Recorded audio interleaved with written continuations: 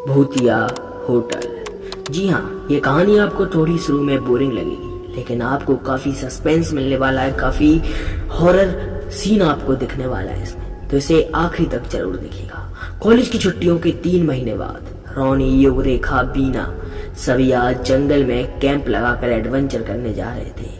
युग के कारण उसके तीनों दोस्त ने प्लान बनाया था। युग 3 महीने से दुखी था, क्योंकि 3 महीने पहले कॉलेज की फाइनल ईयर की परीक्षा देकर युग अपनी कॉलेज की दोस्त रोशनी के साथ उसे उसके घर छोड़ने अपनी बाइक से जा रहा था।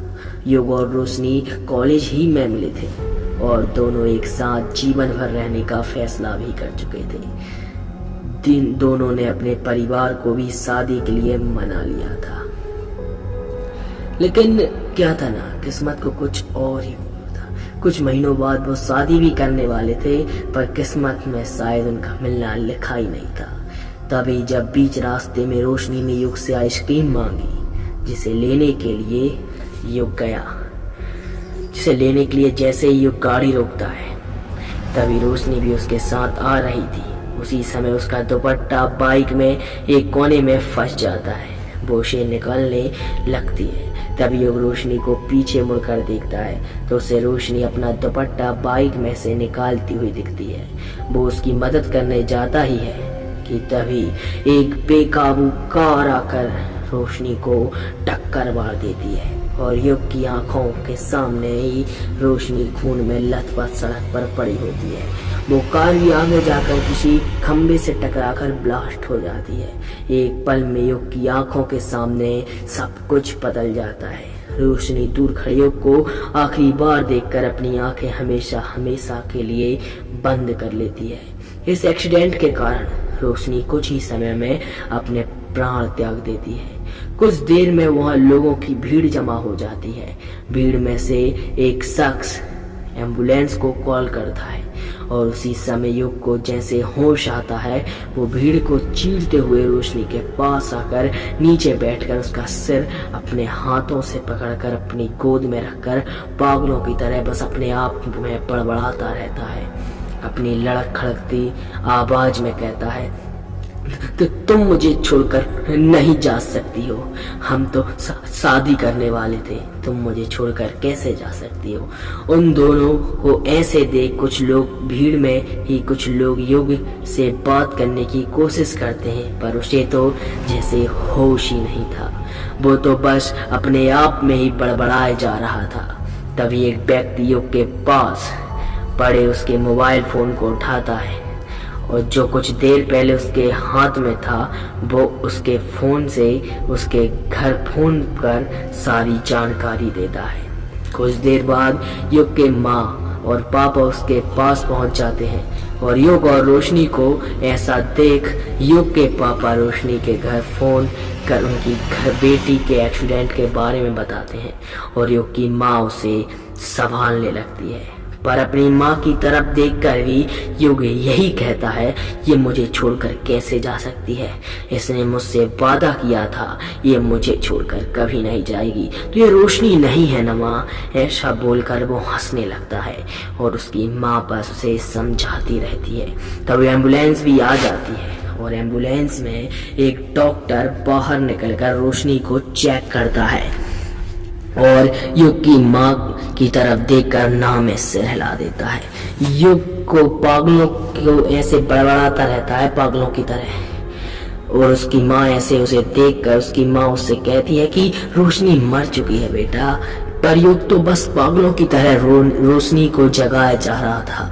कुछ देर में रोशनी के माँ और पापा आकर रोशनी को युग को जैसे तैसे छुड़वा कर अलग कर रोशनी को अपने साथ एम्बुलेंस में ले जाते हैं और युग की माँ और पापा भी उसे जैसे तैसे घर लेकर आते हैं। पर 2-3 दिन बाद भी युग की हालत में कोई सुधार नहीं था। वो अपने ही गम में डूबा रहता था।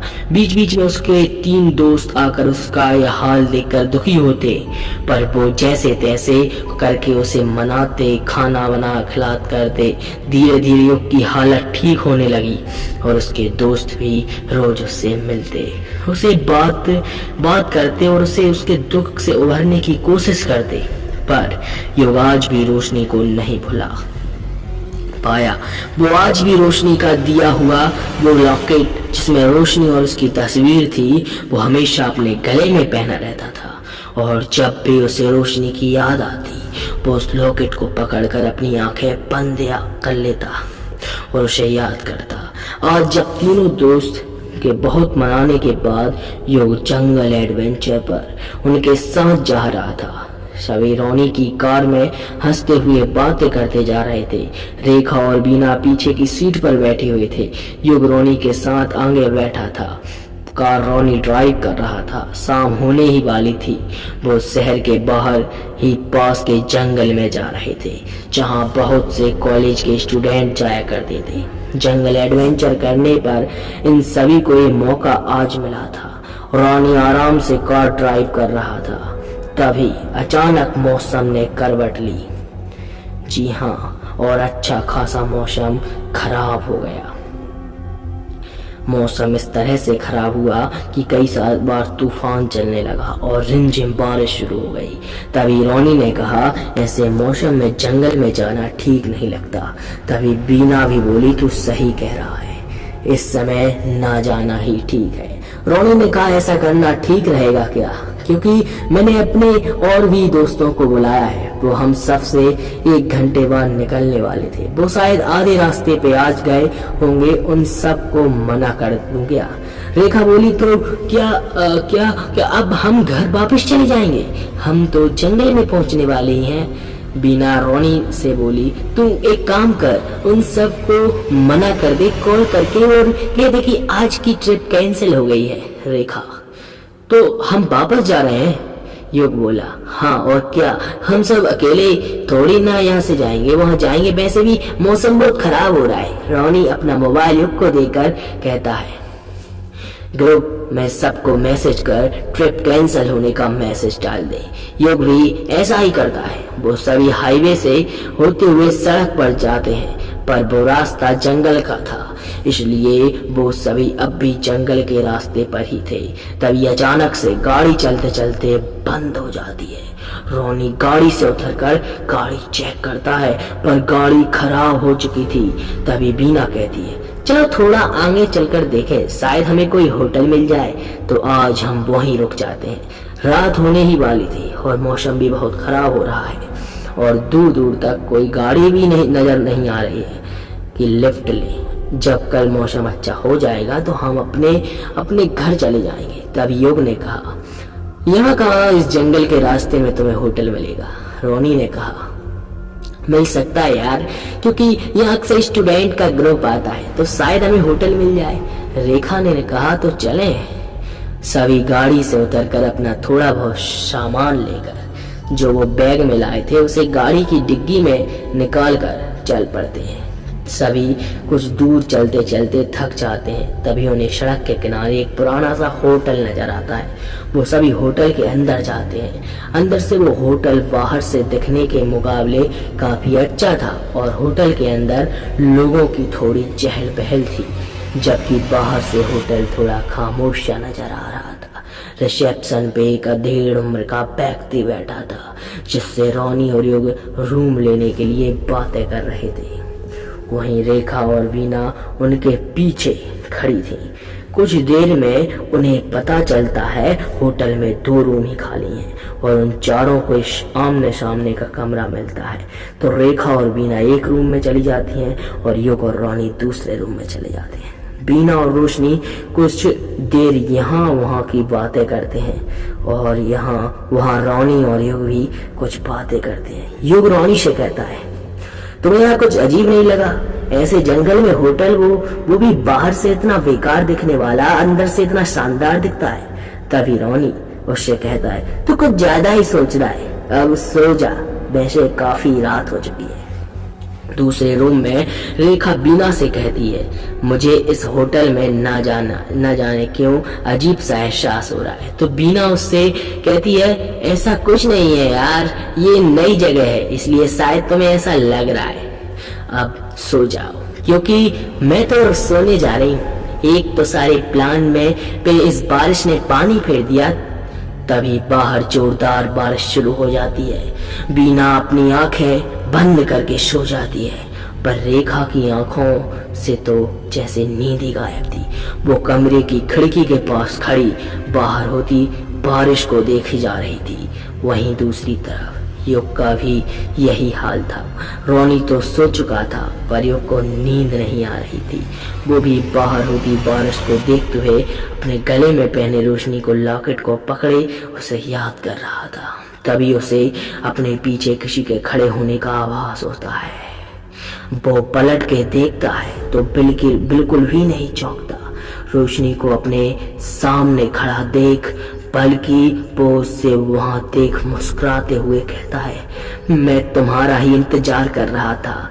तभी रोशनी भी मुस्कुराते हुए बोली, तभी आज भी मेरा दिया हुआ लॉकेट मेरे मरने के बाद भी अपने से दूर नहीं किया। युग की आंखों से आंसू बहने लगते हैं और वो कहता है, तुमसे खुद को अलग कर पाना मेरे लिए बहुत मुश्किल है।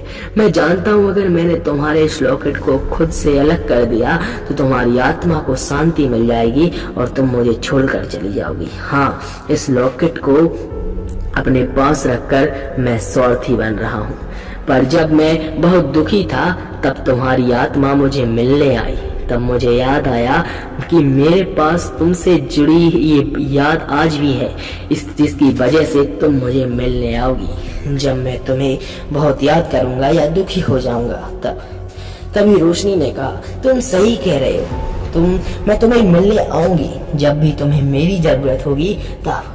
पर एक बात याद रखना, एक दिन तुम्हें ये जरूर एहसास होगा कि जिंदगी आज भी जी जाती है, अतीत में नहीं। शायद उस दिन तुम मुझे इस दुनिया से आजाद करोगे और मुझे उस दिन का इंतजार रहेगा। तब युग ने कहा, ऐसा कुछ नहीं करूंगा, मैं तुम्हें अपने से दूर कभी नहीं जाने दूंगा। तभी रोशनी बात बदलती हुए कहती है, पता नहीं क्यों मुझे इस जगह पर मेरे अलावा बहुत सी दूसरी आत्माओं का आभास हो रहा है। तभी युग को रेखा की एक जोरदार चीख सुनाई देती है, जिसकी वजह से रोनी की नींद खुल जाती है। वो उठकर युग से कहता है, ये रेखा की चीख थी ना। युग के अलावा कोई भी रोशनी को नहीं देख सकता था, इसलिए रोनी को भी नहीं पता चलता युग के साथ वहां रोशनी की आत्मा थी। वो युग के साथ रेखा और बीना के कमरे की तरफ भागता है। वो उन दोनों को कमरे के पास पहुंचते हैं और तो देखते हैं कि रूम का डोर खुला है और रेखा एक कोने में बैठी अपने मुंह नीचे कर बैठे बैठे चिल्ला रही है और पेट पर लेटी बीना को तो जैसे होश ही नहीं था और उसका पलंग हवा में झूल रहा था और नीचे फर्श पर कुछ खाने का सामान के बर्तन पड़े थे। युग और रोनी रेखा के पास आते हैं और रोनी उसके लिए पास ही की टेबल पे पड़ी पानी की बोतल उठाता है और युग रेखा को खड़ा करता है और रोनी उसे पानी की बोतल देता है। तभी एकदम से बीना का पलंग हवा से जमीन पर एक जोरदार आवाज के साथ नीचे कर जाता है और बीना के सिर में चोट लग जाती है और उसे भी होश आ जाता है। वो अपने सिर पर हाथ रखकर अपने को जैसे तैसे संभाल कर पलंग से उठकर अपने दोस्तों के पास आकर पूछती है, ये सब क्या हो रहा है? तो ये सब क्या हो रहा है? जैसे ही वो ये सब बोलती है तो सब लोग चकित रह जाते हैं। बीना खुद को संभालती हुए अपने दोस्तों के पास आकर पूछती है, ये सब क्या हो रहा है? और इतना बोलकर वो खड़ाने लगती है। तभी रोनी जल्दी से जाकर बीना को संभालता है और उसे आराम से नीचे बैठा देता है। तभी रेखा आगे बढ़कर अपना बैग लेकर आती है और अपने बैग से फर्स्ट एड बॉक्स निकालकर बीना को दवा लगाकर पट्टी बांध देती है और सभी को आराम से नीचे बैठने को कहती है। सभी नीचे बैठ जाते हैं। तभी युग रेखा से कहता है, तुम इतनी जोर से चीखे क्यों और ये सब क्या हो रहा है? तभी रेखा कहती है, तो मैं तो बस खिड़की के पास खड़ी होती बारिश हो देख रही थी कि तभी मुझे ऐसा लगा जैसे कोई मेरे पीछे खड़ा है और मैं एकदम से डर के पलटी तो वहां कोई नहीं था। मैं कुछ और सोचती उससे पहले कि डोर पर किसी ने नॉक किया, पर डर की वजह से मैंने डोर नहीं खोला। पर डोर पर 2-3 बार नॉक होने पर मैंने हल्के से डोर खोला तो मैंने देखा बाहर एक रूम सर्विस का लड़का खड़ा था। मैंने उससे कहा, तुम इतनी रात को क्यों आए हो? वो रूम सर्विस वाले लड़के ने कहा, आपके दोस्तों ने खाना का ऑर्डर किया था अपने लिए और आपके लिए। तो मैंने उस लड़के से कहा रात के 11 बजे। तो उस रूम सर्विस वाले लड़के ने कहा आप खुद ही पूछ लीजिए कॉल करके, मैं ये खाना अंदर रख के जा रहा हूँ। वो लड़का खाना रखकर रूम से चला गया। मैं तुम लोगों को कॉल करने ही जा रही थी कि तब एकदम से जिस पलंग पे बीना सो रही थी वो अपने आप हवा में उड़ने लगा। और जब मैं उसे देखकर चिल्ला जा रही थी कि मेरे गले की आवाज ही नहीं निकल पा रही थी, बस अपना गला पकड़ के चिल्लाने की कोशिश कर रही थी। तभी मैं डर के कारण पानी पीने लिए पास के टेबल की तरफ गई तो मैं खाने के बर्तन से टकरा गई। तभी उस खाने के बर्तन में मैंने देखा कि रेखा इतना बोलते बोलते उसकी जुबान लड़खड़ाने लगी। तभी युग ने कहा कि क्या रेखा आगे बोलो, पर रेखा तो डर से कांपते हुए नीचे पड़े खाने के बर्तन की तरफ अपनी उंगली से इशारा करती है। तभी रोनी उस खाने के बर्तन को सीधा करता है तो बीना भी डर से चीखने लगती है और रेखा तो बेहोशी हो जाती है। रोनी और युग भी वो देखकर चौंक गए कि खाने के बर्तन में किसी इंसान का कटा हुआ सिर था जो लोगों की तरफ देखकर किसी जिंदा सिर की तरह मुस्कुरा रहा था। युग को संभालता है और रोनी और बीना को शांत रहने को कहता है और पानी की बोतल में थोड़ा पानी लेकर रेखा के चेहरे पर छिड़कता है और रेखा को होश आता है और वो जब इस कटे सिर को फिर से देखते हैं तो वो एकदम डर कर युग को गले लगा लेती है और रोते हुए कहती है यहाँ से चलो लोग, मुझे यहाँ नींद नहीं आ रही, मुझे यहाँ नहीं रहना है। वो बोलते रोने लगती है। युग रेखा को अपने से अलग करके उसे समझाते हुए कहता है प्लीज डरो मत, हम सब यहाँ से इसी वक्त चल रहे हैं। बीना और रोनी भी उनकी हाँ में हाँ मिलाते हैं। तभी वो कटा हुआ सिर अचानक से किसी जिंदा सिर की तरह हंसते हुए कहता है तुम यहाँ आए अपनी मर्जी से हो पर यहाँ से जा नहीं पाओगे। कोई कुछ बोलता उससे पहले ही वो कटा हुआ सिर अपनी उस डरावनी हंसी हंसता है हा हा हा और एकदम से आंखें बंद कर देता है और चारों बस उसे देखते ही रह जाते हैं। रोनी सबसे कहता है कि ये सब क्या हो रहा है हमारे साथ। तभी बीना सबसे कहती है हमें कॉल कर किसी से मदद लेनी होगी। तभी सभी अपने हाथ में मोबाइल लेकर देखते हैं तो उसमें नेटवर्क ही नहीं होता।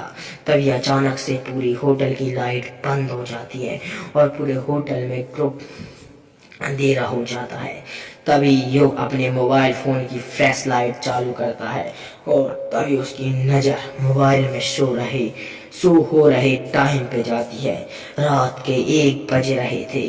तभी सभी युग की तरह अपने मोबाइल फोन की फ्लैश लाइट चालू करते हैं जिससे रूम में थोड़ा उजाला हो जाता है। युग अपने दोस्तों से कहता है अच्छा है इस होटल में हम अकेले नहीं हैं और भी लोग तो यहाँ पर। एक बात मुझे समझ नहीं आई, इतनी आवाज़ों के बाद भी कोई भी यहाँ देखने तक नहीं आया। बहुत ही अजीब बात है।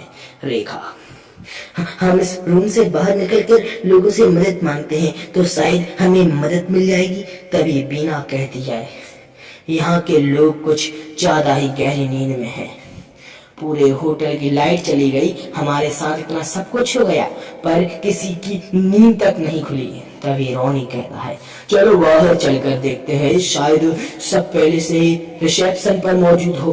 तभी युग भी कहता है रोनी सही कह रहा है, चलो चलकर देखते हैं। सभी रूम से निकलते हैं पर रेखा कहती है 1 मिनट में मैं बैग लाती हूँ। बीना उससे कहती है अब इस समय भी तुम्हें बैग की पड़ी है। तो रेखा कहती है क्या पता हमें इसकी जरूरत पड़ जाए। तभी रोनी कहता है अब अपनी बहस बंद करो, तुम दोनों और रेखा तुम अपना बैग लेकर जल्दी आओ बीना के साथ। मैं और युग आगे बढ़ते हैं। युग और रानी मोबाइल के फ्लैश की मदद से रिसेप्शन की तरफ जा रहे थे कि तभी उन्हें होटल के एक रूम में से कुछ अजीब सी बहुत बुरी बदबू आती है और तभी वो दोनों उस रूम के पास रुक जाते हैं और रोनी उस रूम के डोर पे नॉक करता है पर डोर रोनी के नाक से खुल जाता है, नॉक से खुल जाता है। योगांगे आकर डोर खोलकर मोबाइल फोन की फ्लैश लाइट से अंदर देखता है तो उसे पूरे रूम में अंधेरा दिखाई देता है। तभी बीना और रेखा भी वहां जाते हैं और रेखा, रोनी, बीना भी अपने मोबाइल लेकर उस रूम के अंदर आते हैं और वो सभी मोबाइल की फ्लैश लाइट में जो देखते हैं उसे देखकर इस बार वो सब एक साथ चिल्ला पड़ते हैं, रानी करते हुए, डरते हुए और लड़खड़ाती आवाज में कहता है, ये तो सारी गली लाश से पड़ी इस रूम में। तभी सभी अपने मुंह को अपने हाथ से ढक लेते हैं और सब ढक लो और चारों डरते हुए और घबराते हुए उस रूम से बाहर निकल जाते हैं। पर उनके उस रूम से बाहर निकलते ही होटल के सारे रूम डोरे के करके खुल जाते हैं। वो चारों ये देखकर एक ही जगह जम जाते हैं और तभी सभी रूम से सारी गली लाशें रूम के डोर्स पे आकर खड़ी हो जाती हैं और रूम के डोर पे खड़ी वो लाशें उन चारों की तरफ बस एक टक देखते जा रही थी और सभी से बहुत ही गंदी बदबू आ रही थी। ये सब देख चारों एक दूसरे की तरफ देखते हुए जोरों से चिल्लाते हैं और एक दूसरे का हाथ पकड़कर बड़ी ही तेजी से उस अंधेरे होटल में बस मोबाइल की फ्लैश की लाइट की मदद से गिरते पड़ते होटल के बाहर के दरवाजे की तरफ अंधाधुंध भागे जा रहे थे। कुछ ही देर में वो चारों जैसे तैसे बाहर के दरवाजे के पास पहुंचे भी जाते हैं। तभी उन चारों को और एक झटका लगता है। वो चारों देखते हैं बाहर के दरवाजे के पास रिसेप्शन पर कोई जिंदा इंसान नहीं बल्कि एक मुर्दा लाश बैठी जो उन चारों की तरफ देख अपनी डरावनी मुस्कुराहट से उनको और भी ज्यादा डरा रही थी। वो चारों बाहर जाने वाले दरवाजों की तरफ डरते डरते बढ़ने लगते। दरवाजे के पास पहुंचकर युगो रोनी उसे खोलने का प्रयास करने लगते हैं पर वो दरवाजा नहीं खुलता। तभी रेखा रोती हुई आवाज में कहती है, हम सब मर जाएंगे इस भूतिया होटल में। तो बीना रेखा से कहती है, ऐसा कुछ नहीं होगा, तू रोना बंद कर। रेखा चुप होती है और अब रेखा और बीना भी रोनी की दरवाजा खुलने में मदद कर रही थी कि अचानक से उन चारों को अपने पीछे से अजीब से घुर्राने की आवाज आती है, जैसे सैकड़ों कुत्ते एक साथ घुर्रा रहे थे। वो सभी पीछे मुड़कर देखते हैं तो वो चारों देखते ही देखते रह जाती हैं। अब आगे क्या होने वाला है इनके साथ? क्या रोनी, बीना, रेखा और युग सही सलामत इस होटल से निकल पाएंगे? क्या इनकी जान बच पाएगी या ये भी एक मुर्दा लाश बन जाएंगे? क्या होगा ये जानने के लिए अगले पार्ट का इंतजार करें और तब तक के लिए चैनल को सब्सक्राइब करके हमें कमेंट करें कि क्या आपको अगला पार्ट चाहिए। मिलते हैं अगले वीडियो में।